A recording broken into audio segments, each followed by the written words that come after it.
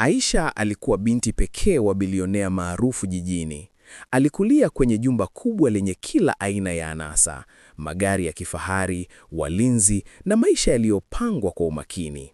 Baba yake alitaka awe mwanamke wa hadhi ya juu, aolewe na mtu tajiri kama wao.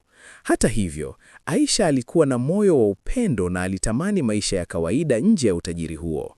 Mara nyingi alitazama nje ya dirisha, akitamani uhuru wa watu wa kawaida waliokuwa wakitembea barabarani bila hofu wala mipaka. Hakujua kuwa maisha yake yangekuwa karibu kubadilika milele kutokana na mtu ambaye hakuwa hata kwenye ndoto za baba yake.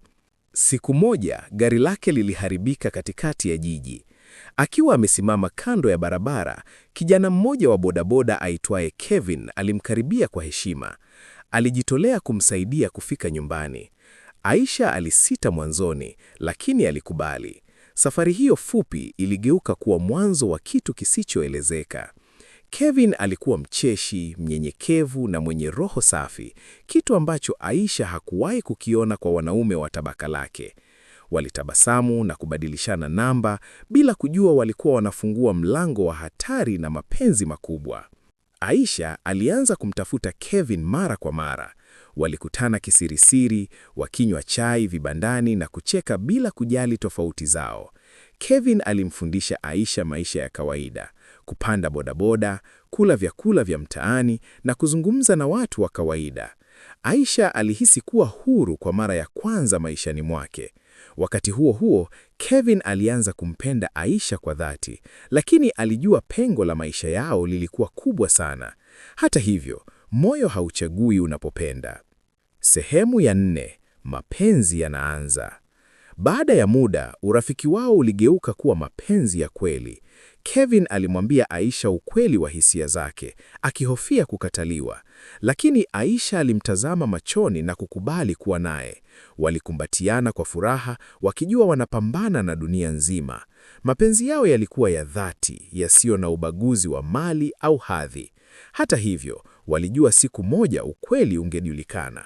Siku moja, mmoja wa walinzi wa Aisha alimuona akiwa kwenye bodaboda na Kevin. Habari zilimfikia baba yake haraka.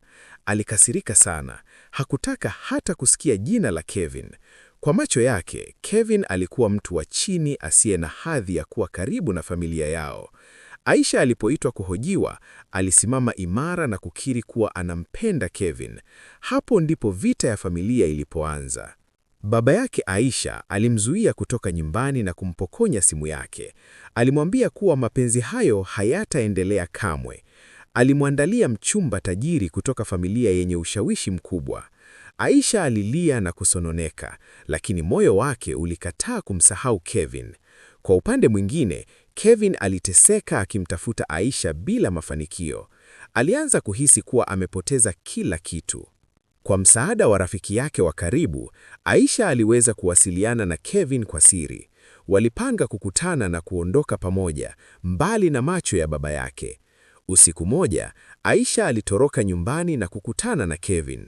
Walikimbia kwenda mji mwingine, wakianza maisha mapya bila pesa nyingi, lakini wakiwa na upendo wa kweli. Maisha hayakuwa rahisi. Kevin aliendelea kufanya kazi ya bodaboda, huku Aisha akijifunza kuishi maisha ya kawaida. Walikumbana na changamoto nyingi: ukosefu wa pesa, makazi duni na kazi ngumu. Lakini waliinuka kila siku wakishikana mikono. Mapenzi yao yalikuwa nguvu yao kuu. Baada ya muda, baba yake Aisha alianza kumkosa sana. Aligundua kuwa furaha ya mtoto wake ilikuwa muhimu kuliko mali. Aliamua kuwatafuta. Alipowaona wakipambana lakini wakiwa na furaha, moyo wake ulibadilika. Aliona upendo wa kweli ambao pesa haziwezi kununua. Baba yake Aisha aliwasamehe na kumkubali Kevin kama sehemu ya familia.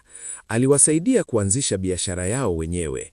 Aisha na Kevin walifunga ndoa katika sherehe ndogo lakini yenye furaha kubwa. Hatimaye mapenzi yao yalishinda vikwazo vyote. Walithibitisha kuwa upendo wa kweli haujali utajiri wala hadhi. Unachohitaji ni mioyo miwili inayopendana kwa dhati.